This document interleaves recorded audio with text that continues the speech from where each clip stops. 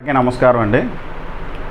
Previous వీడియోలో మరి group 2 ఏ విధంగా ప్రిపేర్ అవ్వాలి, దానికి ఆస్పిరెంట్స్ ఎవరెవరు ఉంటారు, ఇలాంటి విషయాలన్నీ తెలుసుకుందాం మనం. ఇప్పుడు గ్రూప్ 2 ఎగ్జామ్ యొక్క ఎంటైర్ సిలబస్ గురించి అంటే ప్రజెంట్ అయితే ఏపీపీఎస్సీ నిర్ణయం మేరకు గ్రూప్ 2లో ప్రిలిమ్స్ తీసేస్తామని అంటున్నారు. ప్రిలిమ్స్ మరి ఉంటుందా లేదా అనేది తెలీదు. నేను ప్రీవియస్ ఇయర్ అంటే ప్రీవియస్ నోటిఫికేషన్లో 2018 ఎండింగ్ వచ్చింది, 19లో జరిగింది ఎగ్జామ్ అది. సో ఆ ఇయర్లో జరిగినటువంటి మోడల్ ప్రకారం ప్రిలిమినరీ అండ్ మెయిన్స్కి సంబంధించినటువంటి సిలబస్ అనేది నేను డిస్కస్ చేయడం జరుగుతుంది. ప్రిలిమ్స్ తీసేసినప్పటికీ మెయిన్స్ అలాగే ఉంటుంది కాబట్టి మెయిన్స్లో అదే అంశాలు అదే సిలబస్ ఉంటుంది, ఎంత మాత్రం అయితే చేంజ్ అయితే అవ్వదు. సో అభ్యర్థులు ఈ విషయాన్ని గమనించవలసిందిగా కోరుచున్నాను. మనకి లాస్ట్ నోటిఫికేషన్లో జరిగిన దాని ప్రకారం ఎగ్జామ్ ప్యాటర్న్ మనం చూసుకున్నట్లయితే గ్రూప్ 2 పరీక్షా విధానం సిలబస్, స్క్రీనింగ్ టెస్ట్ అనేది 150 మార్క్స్ ఉంది. స్క్రీనింగ్ టెస్ట్ అయినా లేకపోతే ప్రిలిమ్స్ అన్నా ఒకటే అండి.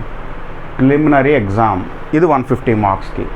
ప్రిలిమినరీ ఎగ్జామ్లో వచ్చినటువంటి మార్కుల్ని పరిగణలో తీసుకుని, అంటే ఆ మార్కులు మనకి స్కోరింగ్గా యాడ్ అవ్వవు, జస్ట్ ఇదేంటే క్వాలిఫైయింగ్ పేపర్. ప్రిలిమ్స్లో క్వాలిఫై అయితే మెయిన్స్కి ఎలిజిబుల్ అవుతారు. ఈ మెయిన్స్లో 3 పేపర్లు ఉంటాయి. ఈ 3 పేపర్లో వచ్చినటువంటి 450 మార్కుల్లో చేసినటువంటి స్కోర్ని బట్టి మనకి జాబ్ డిసైడింగ్ ఫ్యాక్టర్గా అది ఉపయోగపడుతుంది. సో ఈ మెయిన్స్లో ఉండేటువంటి 3 పేపర్లు ఏవంటే, పేపర్ 1 వచ్చేసి జనరల్ స్టడీస్. జనరల్ స్టడీస్ అంటే హిస్టరీ ఉంటుంది, పాలిటీ ఉంటుంది, ఎకానమీ ఉంటుంది, జాగ్రఫీ ఉంటుంది, and sustainable development, disaster management and current affairs, general studies, mental ability, reasoning అన్నీ ఉంటాయండి. ఇంకా ఇన్ డీటెయిల్ నేను డిస్కస్ చేస్తాను ఆ టాపిక్స్ అన్నీ. అండ్ పేపర్ 2లో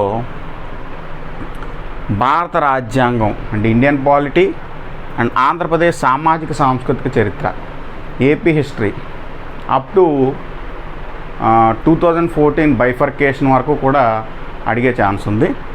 అండ్ పేపర్ 3 చూసుకున్నట్లయితే భారత ఆర్థిక వ్యవస్థ, ప్రణాళికలు, నీతి ఆయోగ్, ద్రవ్యం, బ్యాంకింగ్, అలా మొత్తం అన్ని అంశాలతో కూడుకొని ఉంది.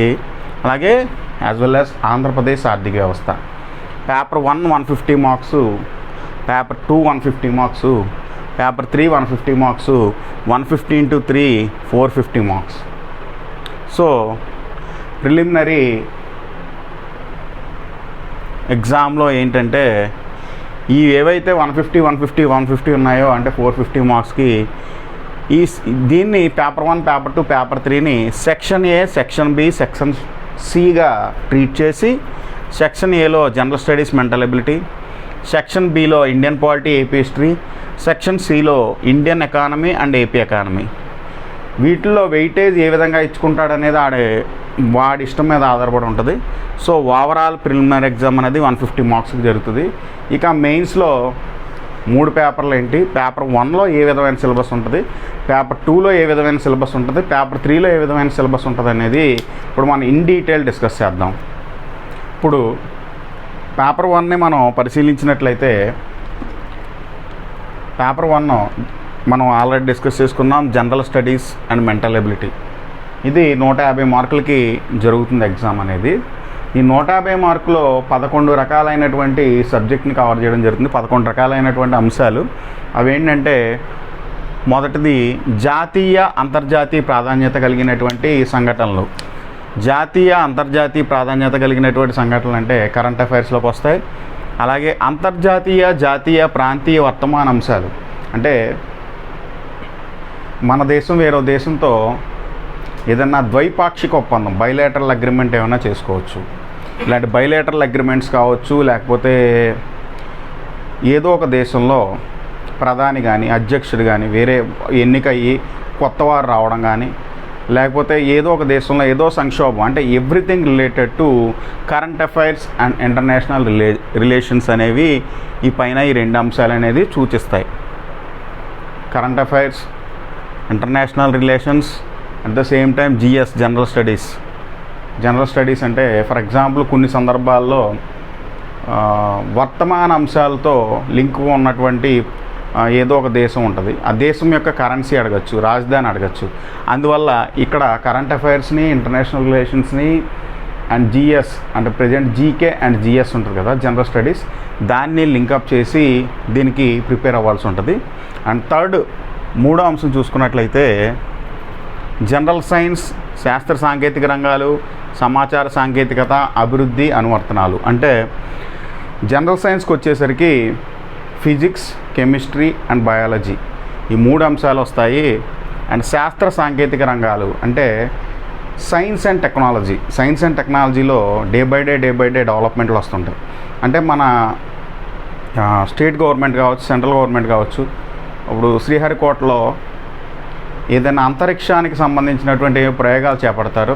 అలాగే డిఆర్డిఓ ఏదో ఒక మిస్సైల్ని, ధ్రువాస్త్ర లేకపోతే హెలీనా లాంటి మిషన్ ఏవైతే ఉన్నాయో వాటిని, యాంటీ గైడెడ్ మిస్సైల్స్ కానీ ఇలాంటి వాటిని ప్రయోగించవచ్చు. సో అటువంటివన్నీ కూడా శాస్త్ర సాంకేతిక రంగాలు. మారుతున్నటువంటి ఈ సమాజానికి అనుగుణంగా సైన్స్ అండ్ టెక్నాలజీలో వచ్చేటువంటి డెవలప్మెంట్ అంతా కూడా శాస్త్ర సాంకేతిక రంగాలు. అలాగే సమాచార సాంకేతికత అంటే ఇన్ఫర్మేషన్ టెక్నాలజీ.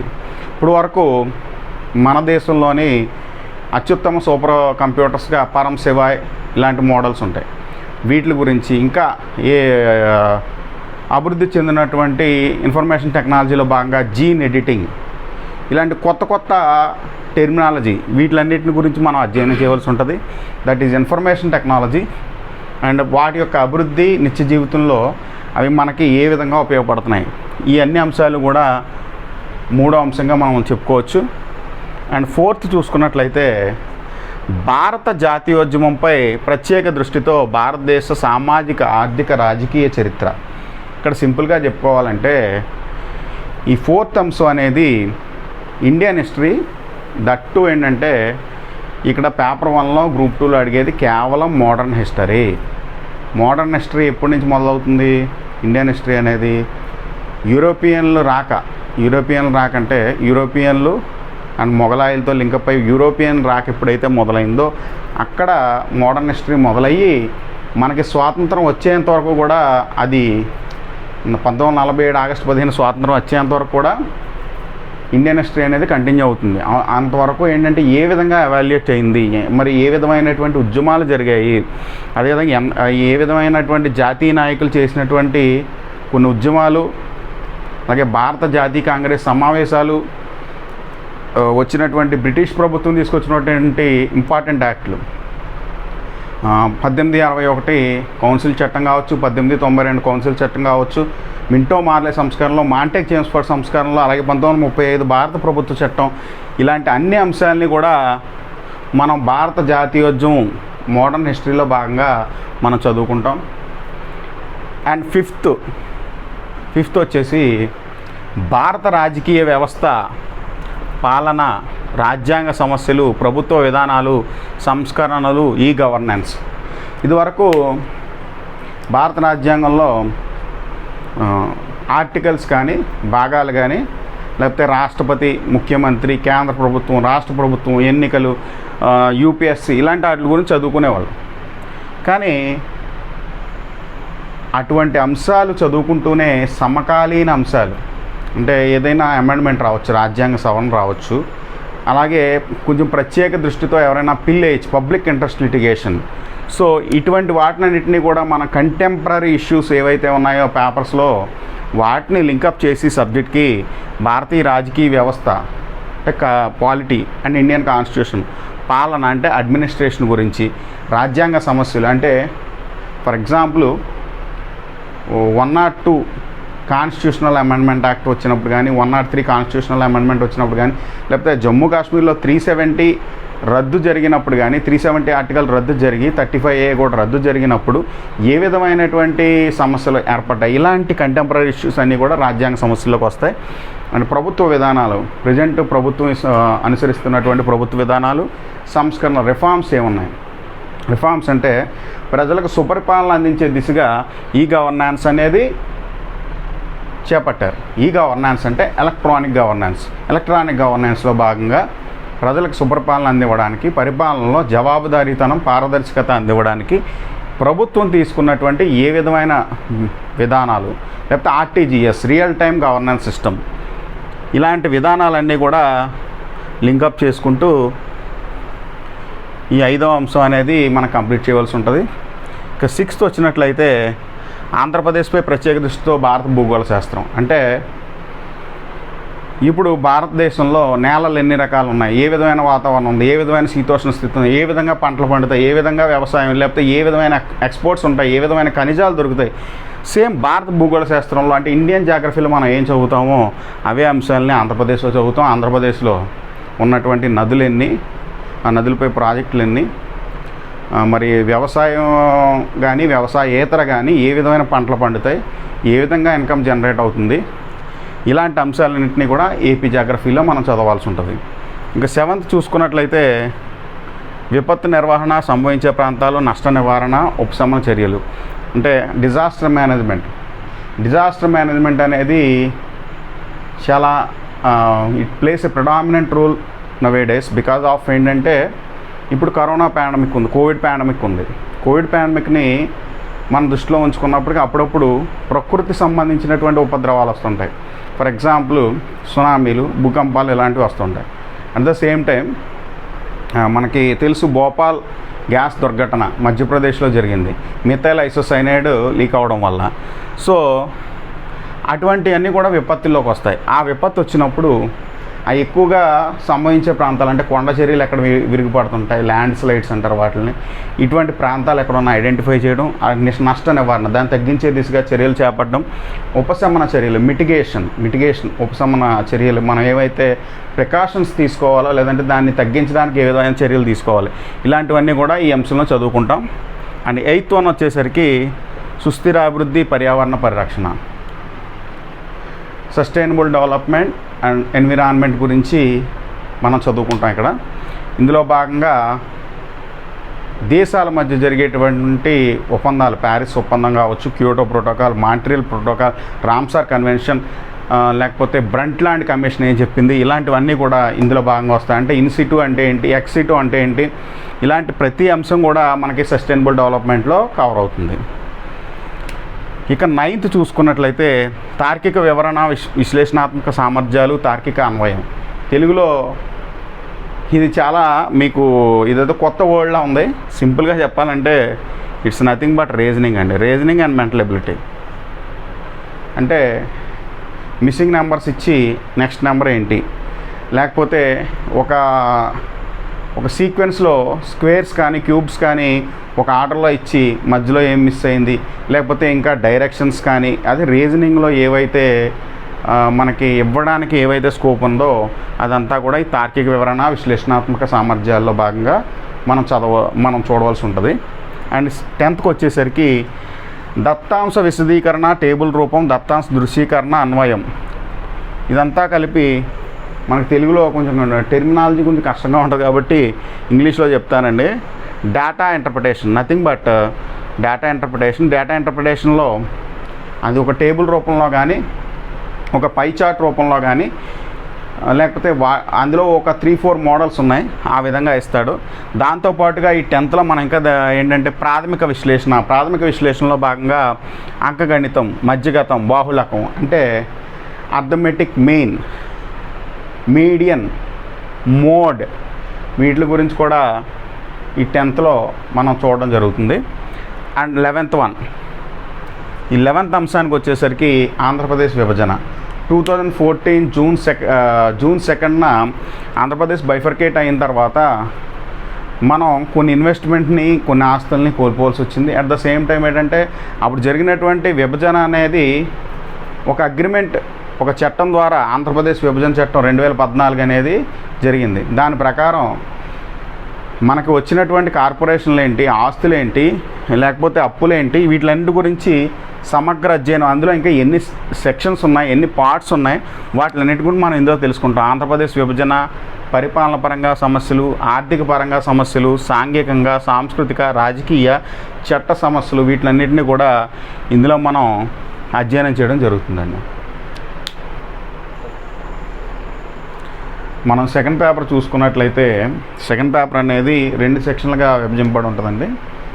ఫస్ట్ది ఏంటంటే సెక్షన్ 1లో ఏపీ హిస్టరీ, సెక్షన్ 2 చూసుకున్నట్లయితే భారత రాజ్యాంగం.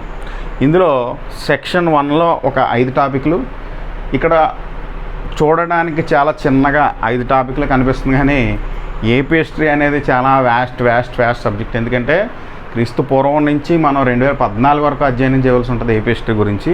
ఇక సెక్షన్ 2లో భారత రాజ్యాంగం కూడా 6 నుంచి 12 అంటే సుమారు ఒక 7 టాపిక్లు ఉన్నాయి. ఈ ఎంటైర్ కలిపేసి ఒక 12 టాపిక్స్ ఉన్నాయండి. ఈ 12 టాపిక్స్ని మనం ఇందులో భాగంగా అధ్యయనం చేయవలసి ఉంటుంది. ఇక ఏపీ హిస్టరీలో చూసుకున్నట్లయితే section 1 AP history and section 2 భారత రాజ్యాంగం కలిపి మనకి పేపర్ 2 అనేది 150 మార్కులకి ఉంటుంది. సో ఏపీ హిస్టరీలో ఏమేమి ఉంటాయంటే మొదటి అంశం పరిశీలించినట్లయితే ఆంధ్రప్రదేశ్ భౌగోళిక పరిస్థితులు, అంటే ఏ అక్షాంశాల మీద ఉంది, ఏ రేఖాంశాల మీద ఉంది, మనకి పూర్వ చరిత్రలో ఉన్నటువంటి కొన్ని ఆనవాళ్ళు, లేకపోతే ఆదిమ మానవుడు, ప్రాకృత శిలాయుగంలో మనకి లభించినటువంటి పురావస్తు ఆధారాలు, వీటిలన్నిటి గురించి అధ్యయనం చేస్తాం మనం ఇక్కడ. అలాగే చరిత్రలో మొదట ఆంధ్ర చరిత్ర ఏ రాజులతో మొదలవుతుందంటే శాతవాహనంతో మొదలవుతుంది. శాతవాహనం నుంచి ఏపీ హిస్టరీలో ఎప్పుడూ కూడా చాలా ఎక్కువ ప్రశ్నలు వచ్చేటువంటి వెయిటేజ్ ఉంది. దానివల్ల ఏంటంటే ఈ శాతవాహనులు అనే చాప్టర్ని చాలా ప్రత్యేక దృష్టితో చదవాల్సి ఉంటుంది. శాతవాహనం తర్వాత పరిపాలనకు వచ్చిన వాళ్ళు ఇక్ష్వాకుల తర్వాత విష్ణుకుండినుల తర్వాత వేంగి తూర్పు చాళుక్యులు, మనకి పంచారామాలు అంటారు కదా, ఈ పంచారామాలు వేంగి తూర్పు చాళుక్యుల కాలంలోనే మనకి కన్స్ట్రక్ట్ చేయడం జరిగింది ఆంధ్రప్రదేశ్లో. అలాగే తెలుగు చోళులు, వీళ్ళందరి పరిపాలనలో ఉన్నటువంటి సామాజిక ఆర్థిక మత పరిస్థితులు, అంటే అప్పుడు సమాజం ఏ విధంగా ఉండేది, ప్రజలు ఏ విధంగా ఉండేవాళ్ళు, ఏ రకమైనటువంటి ద్రవ్యాన్ని అంటే నాణ్యాలు, ఏ విధమైన నాణ్యాలు ఉపయోగించేవారు, అలాగే మత పరిస్థితులు, ఏ మతాన్ని వాళ్ళు అవలంబించారు, బౌద్ధమా, జైనమా, హిందూ మతమా, లేకపోతే హిందూ మతంలో ఉన్నటువంటి శైవమా, వైష్ణవమా, వీటిలన్నిటి గురించి మనం అధ్యయనం చేయవలసి ఉంటుంది. అలాగే అప్పుడు రాసినటువంటి సాహిత్య ఆధారాలు, ఏ గ్రంథాలు రాశారు, సేవ, వాస్తు, కళా పోషణ, వీటిలన్నిటి గురించి కూడా మనం ఆంధ్రప్రదేశ్ చరిత్రలో ఈ 1వ అంశంలో మనం అధ్యయనం చేయవలసి ఉంటుందండి. ఇక రెండో దానికి వచ్చినట్లయితే 11వ శతాబ్దం మొదలుకొని 16 శతాబ్దాల మధ్య చరిత్ర, అంటే 11-16 శతాబ్దాల మధ్య ఏమొస్తుందంటే ఆంధ్రప్రదేశ్ని పరిపాలించినటువంటి రెడ్డి రాజులు, అలాగే కాకతీయులు, రెడ్డి రాజులు, అలాగే విజయనగర సామ్రాజ్యం, వీటిలన్నిటి గురించి మనం ఇక్కడ అధ్యయనం చేస్తామండి. దాంతోపాటు ఈ ఆంధ్రదేశాన్ని పాలించినటువంటి రాజవంశాల క్రమం, వీటిలన్నిటి గురించి 2వ అంశంలో మనం అధ్యయనం చేయడం జరుగుతుంది. ఇక 3వ దానికి వస్తే 3వ అంశంలో యూరోపియన్ల రాక, బ్రిటిషర్స్ రాక, ఆ ఇంపాక్ట్ ఆంధ్రప్రదేశ్ మీద ఏ విధంగా పడింది, 1857 ప్రభావం ఆంధ్రప్రదేశ్ మీద ఏ విధంగా ఉంది, ఆంధ్రాలో జాతీయోద్యమం వ్యాప్తి, ఆ జాతీయోద్యమం జరుగుతున్నప్పుడు జరిగినటువంటి ఉద్యమాలు, for example Kakinada bomb case, Pedanandipadu పన్నుల ఉద్యమం, చీరాల పేరాల ఉద్యమం, పల్నాడు పుల్లరి సత్యాగ్రహం, అలాగే జమీందారులపై తిరుగుబాట్లు, వెంకటగిరి సంస్థానం, చెల్లపల్లి, ఇటువంటివన్నీ కూడా. సో వీటన్నిటిని కూడా మనం ఇక్కడ అధ్యయనం చేయడం జరుగుతుంది.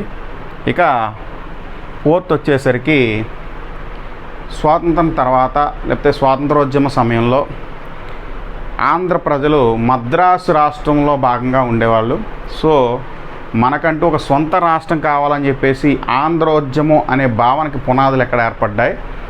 సో ఆ భావనని మనకి ఈ సొంత రాష్ట్రాన్ని సాధించుకోవడానికి ఏ విధమైన ఆంధ్ర మహాసభలు జరిగాయి, దాని ఫలితంగా మరి ఎవరెవరు ఆమరణ నిరాహార దీక్ష చేశారు, బులుసు సామూర్తి గారు కావచ్చు, అలాగే పొట్టి శ్రీరాములు గారు, వీళ్ళందరి ఫలితంగా ఆంధ్రోద్యమం పుట్టుక, వ్యాప్తి, ఆంధ్ర మహాసభల గురించి, వీటిలన్నింటి గురించి మనం ఇక్కడ అధ్యయనం చేయవలసి ఉంటుంది. ఇక 5th వచ్చినట్లయితే ఆంధ్ర రాష్ట్ర ఆవిర్భావం, ఉద్యమాల ఫలితంగా 1953లో ఆంధ్ర రాష్ట్రం ఏర్పడితే తెలుగు మాట్లాడే ప్రజలందరూ కూడా ఒకే తాటిపై ఉండాలని పక్కన ఉన్నటువంటి తెలంగాణను కూడా కలుపుకొని పెద్ద మనుషుల ఒప్పందం ద్వారా ఆంధ్రప్రదేశ్ మొట్టమొదటి భాషా ప్రయుక్త రాష్ట్రంగా 1956లో ఏర్పడిందండి.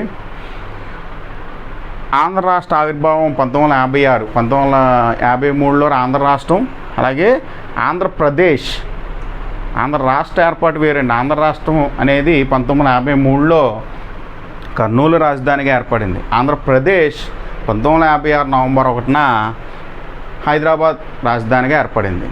సో ఇది మీరు కొంచెం అర్థం చేసుకోవాలి.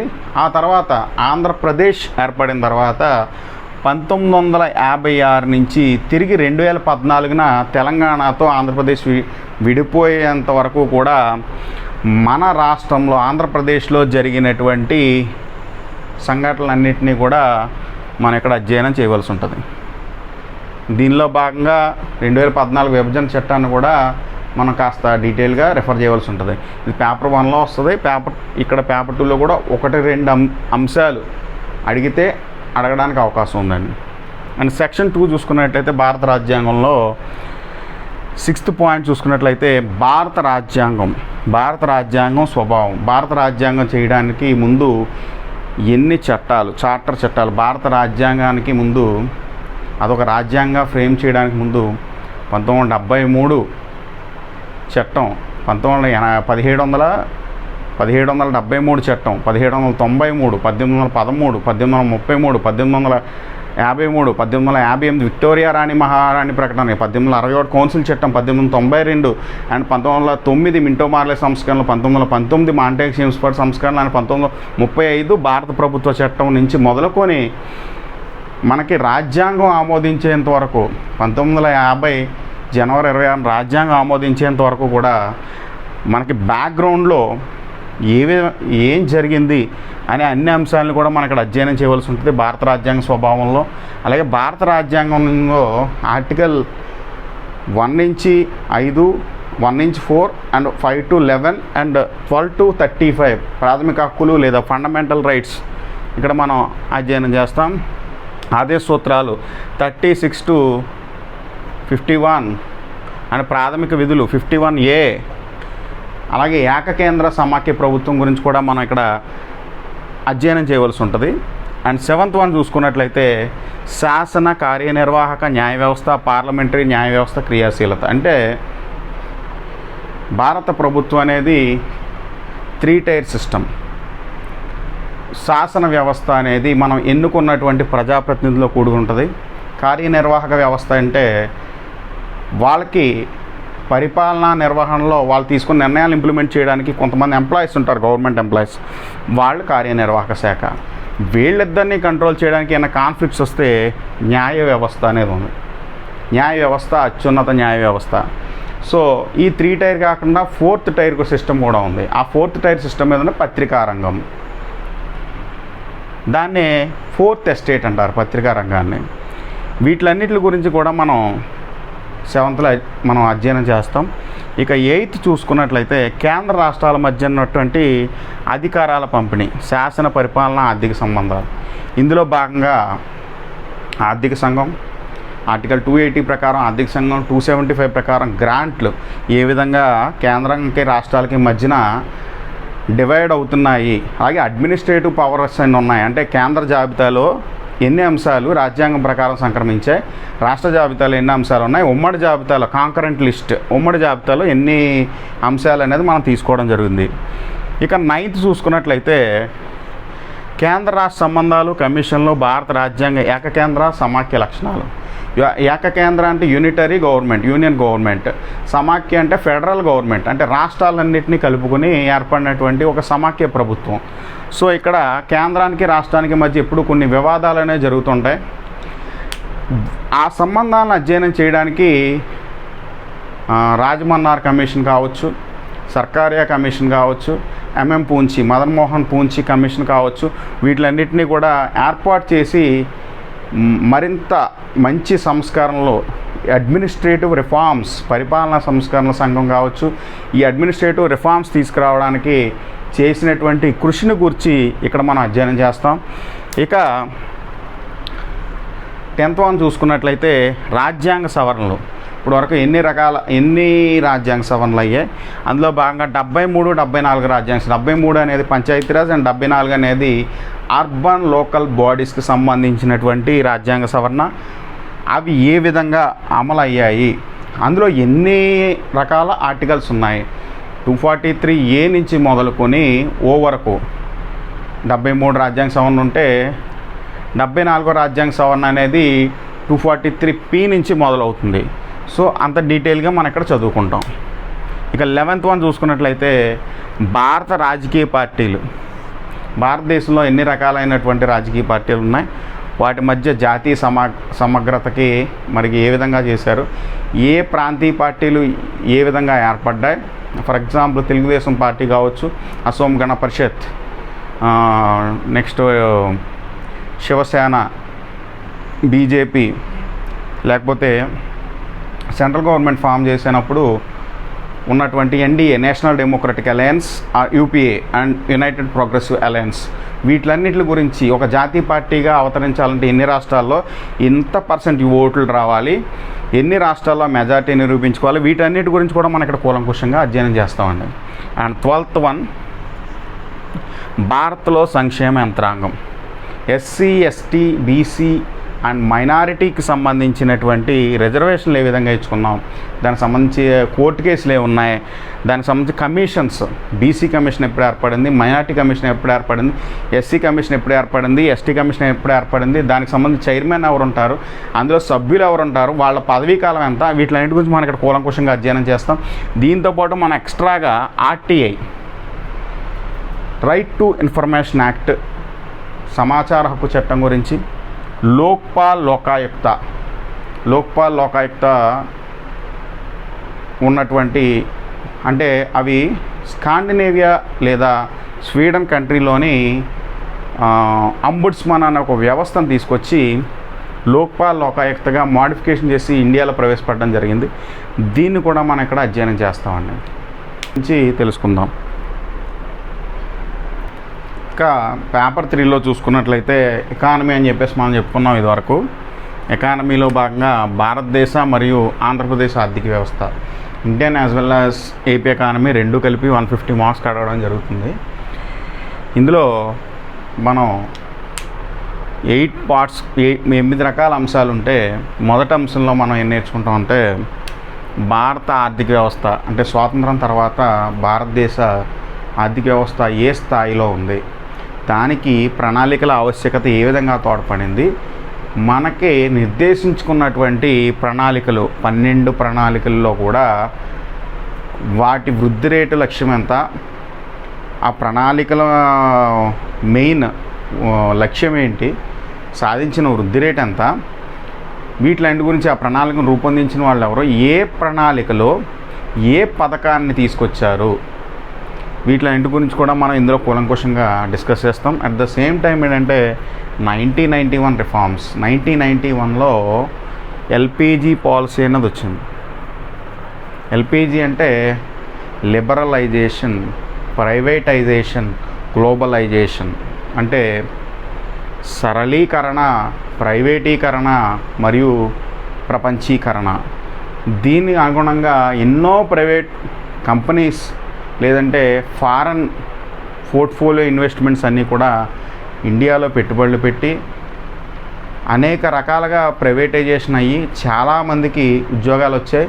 అలాగే భారత ఆర్థిక వ్యవస్థ 91 తర్వాత చాలా పెను మార్పులకు లోనైంది. మన ఎకానమీ కూడా చాలా అగ్రెసివ్ గ్రోత్ అనేది కనబరిచింది. అలాగే నీతి ఆయోగ్ 2015 January 1ని అంతకు ముందుగా ఉన్నటువంటి ప్రణాళికలు ఏవైతే ఉన్నాయో ప్లానింగ్ కమిషన్ని రద్దు చేసి దాని స్థానే నీతి ఆయోగ్ అంటే national institute of transforming India అనే నీతి ఆయోగ్ అనే ఒక సంస్థను ఏర్పాటు చేసి ప్రణాళికల స్థానే ఈ గ్రోత్ని మానిటరింగ్ చేసుకోవడానికి, దానికి తోడు ఒక మన దేశ ఆర్థిక వ్యవస్థ ముందుకు తీసుకెళ్ళడానికి సలహాలు ఇచ్చేటువంటి ఒక థింక్ ట్యాంక్ లాంటి ఒక సంస్థగా నీతి ఆయోగ్ రూపొందింది. వీటిలన్నిటి గురించి మనం 1వ అంశంలో మనం అధ్యయనం చేయడం జరుగుతుంది. అండ్ సెకండ్ వన్ ఏంటంటే భారత ఆర్థిక విధానాలు. స్వాతంత్రం వచ్చిన తర్వాత 1948 పాలసీ కావచ్చు, 1956 పాలసీ కావచ్చు, లేకపోతే 1977 ఇండస్ట్రియల్ పాలసీ కావచ్చు, దానికి అనుగుణంగా 1978లో డిస్ట్రిక్ట్ ఇండస్ట్రియల్ సెంటర్స్ ఏర్పాటు అవ్వడం కావచ్చు. వీటిలన్నిటి గురించి మనం చదువుకుంటాం. అలాగే వ్యవసాయ విధానాలు, వ్యవసాయానికి సంబంధించి 1965లో ఉన్నటువంటి కమిషన్, తర్వాత 1985లో ఆ కమిషన్ వ్యవసాయ వ్యయ ధరల కమిషన్గా మార్పు చెందింది. అలాగే ఆ వ్యవసాయానికి సంబంధించి ఏ విధమైన పాలసీస్ తీసుకున్నాం, ఏ విధమైన రిఫార్మ్స్ తీసుకొచ్చింది, వీటిలాంటి. అలాగే హరిత విప్లవం, మెయిన్ ప్రెడామినెంట్ రోల్ ఏంటంటే హరిత విప్లవం. వీటన్నిటి గురించి ఇందులో చదువుకుంటాం. అలాగే పారిశ్రామిక విధానాలతో పాటు ఐటీ ఇండస్ట్రీస్ అనేది సేవా రంగంలోకి వస్తుంది. మన ఇండియన్ ఎకానమీని డివైడ్ చేసినప్పుడు ప్రాథమిక రంగం, ద్వితీయ రంగం అండ్ సేవా రంగం. ఈ సేవా రంగంలో భాగంగా ఐటీ ఇండస్ట్రీస్ యొక్క సర్వీసెస్ ఎకానమీకి ఏ విధంగా హెల్ప్ అయ్యాయి, వీటిలన్నిటి గురించి 2వ అంశంలో మనం చదువుకోవడం జరుగుతుంది. అండ్ థర్డ్ వన్ చూసుకున్నట్లయితే వనరులు అభివృద్ధి, రీసోర్సెస్ ఏమున్నాయి, దాన్ని మనం ఏ విధంగా డెవలప్మెంట్ చేసుకున్నాం, జనాభా పరిమాణం, అంటే ఏ స్టేట్లో జనాభా ఎక్కువ ఉంది, ఏ స్టేట్లో తక్కువ గ్రోత్ ఉంది. మరి లింగ నిష్పత్తి ప్రకారం చూసుకున్నట్లయితే సెక్స్ రేషియో, పురుషుల కంటే మహిళలు, లేదంటే మహిళల కంటే పురుషులు ఎక్కడ తక్కువ ఉన్నారు, ఎక్కడ ఎక్కువ ఉన్నారు, అక్షరాస్యత ఎక్కడ ఎక్కువ ఉంది, కేరళలో ఎక్కువ ఉంది, తర్వాత ఇంకా ఏ స్టేట్స్లో ఎక్కువ ఉంది, వీటిలన్నింటి గురించి మనం ఇక్కడ అధ్యయనం చేస్తాం. దాంతోపాటు వృత్తిపరమైన పంపిణీ, అంటే ఎక్కడ డెమోగ్రఫిక్ డివిడెండ్ అంటాం, అంటే పనిచేసే వయసు ఉన్నటువంటి వాళ్ళ సంఖ్య ఎక్కడ ఎక్కువ ఉంది, వీటిలన్నిటి గురించి మనం ఈ 3వ అంశంలో అధ్యయనం చేయడం జరుగుతుంది. ఇక 4th తీసుకున్నట్లయితే ద్రవ్యం, బ్యాంకింగ్. అసలు ద్రవ్యాన్ని గురించి ఆర్బీఐకి ముందు ఇంపీరియల్ బ్యాంక్ ఆఫ్ ఇండియా అనేది ద్రవ్యం విధులు నిర్వర్తించేది ఇండియాలో. సో దాని గురించి at the same time RBI 1934 act ప్రకారం 1935లో ఆర్బీఐ ఏర్పడింది. తర్వాత 1949లో దీన్ని జాతీయం చేసుకోవడం జరిగింది. అలాగే ఆర్బీఐ ఏ విధమైనటువంటి రెగ్యులేషన్ చేస్తుంది బ్యాంక్స్కి, ఒక సిఆర్ఆర్ కావచ్చు, ఎస్ఎల్ఆర్ కావచ్చు, లేకపోతే రెపో రేట్ కావచ్చు, రివర్స్ రెపో రేట్ కావచ్చు. వీటిని ఇంకా ఆర్బీఐ చేసేటువంటి open market operations, share market, SEBI, ఇలాంటి అన్నిటి గురించి కూడా ఇందులో చూసుకుంటాం. అలాగే విదేశీ వాణిజ్య విధానం, ఇంటర్నేషనల్ ట్రేడ్ పాలసీస్ ఏమున్నాయంటే FERA, foreign exchange management act, foreign exchange regulation act, వీటిలాంటి గురించి. దాంతోపాటు GST, goods and services tax, budget and FDI, FII. FDI అంటే foreign direct investment and FII అంటే ఫారెన్ ఇన్స్టిట్యూషనల్ ఇన్వెస్ట్మెంట్స్. వీటిలన్నిటి గురించి కూడా ఈ 4వ అంశంలో మనం అధ్యయనం చేయడం జరుగుతుంది. అండ్ 5th వన్ వచ్చేసి జాతీయ ఆదాయం, నేషనల్ ఇన్కమ్, స్థూల జాతీయోత్పత్తి, స్థూల దేశీయోత్పత్తి, తలసరి ఆదాయం అలాగే GDP and GNP, gross domestic product and gross national product. వీటిలన్నిటి గురించి 5వ అంశంలో మనం అధ్యయనం చేయడం జరుగుతుంది. ఇక 6th వచ్చేసరికి ఆంధ్రప్రదేశ్ ఆర్థిక విధానాలు, ఏవైతే ఇండస్ట్రియల్ పాలసీస్ ఉన్నాయి, సామాజిక ఆర్థిక సంక్షేమ కార్యక్రమాలు, గవర్నమెంట్ చేపడుతున్నటువంటి స్కీమ్స్కి సంబంధించి ఆ స్కీమ్స్ ఎలిజిబిలిటీ, ఆ స్కీమ్ దేనికోసం ఉద్దేశించింది, దాని యొక్క గ్రోత్ ఏంటి, అసలు ఆ స్కీమ్ ఎలిజిబిలిటీ ఏంటి, వీటిలన్నిటి గురించి కూలంకుషంగా ఇక్కడ డిస్కస్ చేస్తారు. దాంతోపాటు ఆంధ్రప్రదేశ్లో ఉన్నటువంటి జనాభా, ఎక్కడ జనాభా అంతరం ఉంది, లింగ నిష్పత్తి ఎక్కడ ఎక్కువ ఉంది, తక్కువ ఉంది, క్యాస్ట్ వైజ్ కానీ మత వైజ్ కానీ, వీటిలన్నిటి గురించి, అలాగే డెమోగ్రఫిక్ డివిడెండ్ గురించి, వయసుల వారి జనాభా, వీటిలన్నిటి గురించి ఈ 6వ అంశంలో మనం అధ్యయనం చేస్తాం. ఇక 7th వన్ వచ్చేసరికి ఆంధ్రప్రదేశ్ భూ సంస్కరణలు 1973లో కానీ, లేకపోతే ఇంకా ల్యాండ్ రిఫార్మ్స్ ఏవేవైతే ఉన్నాయో నెక్స్ట్ ఏంటంటే వ్యవసాయ పారిశ్రామిక అభివృద్ధి వ్యవసాయపరంగా, పారిశ్రామికపరంగా ఆంధ్రప్రదేశ్లో ఏ విధంగా జరిగింది, ప్రజా పంపిణీ వ్యవస్థ, పీడిఎస్, పబ్లిక్ డిస్ట్రిబ్యూషన్ సిస్టంలో భాగంగా మళ్ళీ లక్షిత ప్రజా పంపిణీ వ్యవస్థ, అంటే టార్గెటెడ్ పబ్లిక్ డిస్ట్రిబ్యూషన్ సిస్టమ్, ఇలాంటి వాటి గురించి మనం చదువుకుంటాం. అట్ ద సేమ్ టైం పారిశ్రామిక కారిడార్లు అంటే ఇండస్ట్రియల్ కారిడార్ ఉంది. మన ఆంధ్రప్రదేశ్కి చాలా పొడవైన, చాలా మంచి రీసోర్స్ ఏంటంటే కోస్తా తీరం. ఈ కోస్తా తీరాన్ని ఆనుకుని చెన్నై వైజాగ్ ఇండస్ట్రియల్ కారిడార్ అనేది వస్తుంది. అటువైపున చెన్నై బెంగళూరు ఇండస్ట్రియల్ కారిడార్లో కూడా ఆంధ్రప్రదేశ్లోని కొంత భాగం కవర్ అవ్వడం అనేది జరుగుతుంది. ఇటువంటి ఇండస్ట్రియల్ కారిడార్లు ఎక్కడెక్కడ ఉన్నాయి. అలాగే సెజ్ స్పెషల్ ఎకనామిక్ జోన్స్, అలాగే NIMS national investment manufacturing Jones, NIMS కానీ లేకపోతే విద్యుత్ ప్రాజెక్టులు, పెద్ద పెద్ద ఇంకా భారీ మెగా ప్రాజెక్టులు ఏవైతే ఉన్నాయో వాటిలన్నిటి గురించి కూడా ఈ 7 అంశాలను అధ్యయనం చేయడం జరుగుతుంది. ఇంక 8th వన్ చూసుకున్నట్లయితే ఆంధ్రప్రదేశ్ వనరుల అభివృద్ధి, బడ్జెట్ వనరులు, మనకి బడ్జెట్ అలొకేషన్ ఏ విధంగా జరిగింది, అవరోధాలు, 2014 విభజన చట్టం కూడా జరుగుతుంది. దీంతో పాటుగా మనం లింకప్ చేసి చదువుకోవాల్సిన ఇంకోటి ఏంటంటే పేపర్ 3లో ఆర్థిక సర్వే, భారత ఆర్థిక సర్వేని, ఆంధ్రప్రదేశ్ ఆర్థిక సర్వేని ఈ అంశాలతో పాటు మనం రెఫర్ చేయవలసి ఉంటుంది. సో ఇదండి సిలబస్ గ్రూప్ 2కి సంబంధించి. Thank you.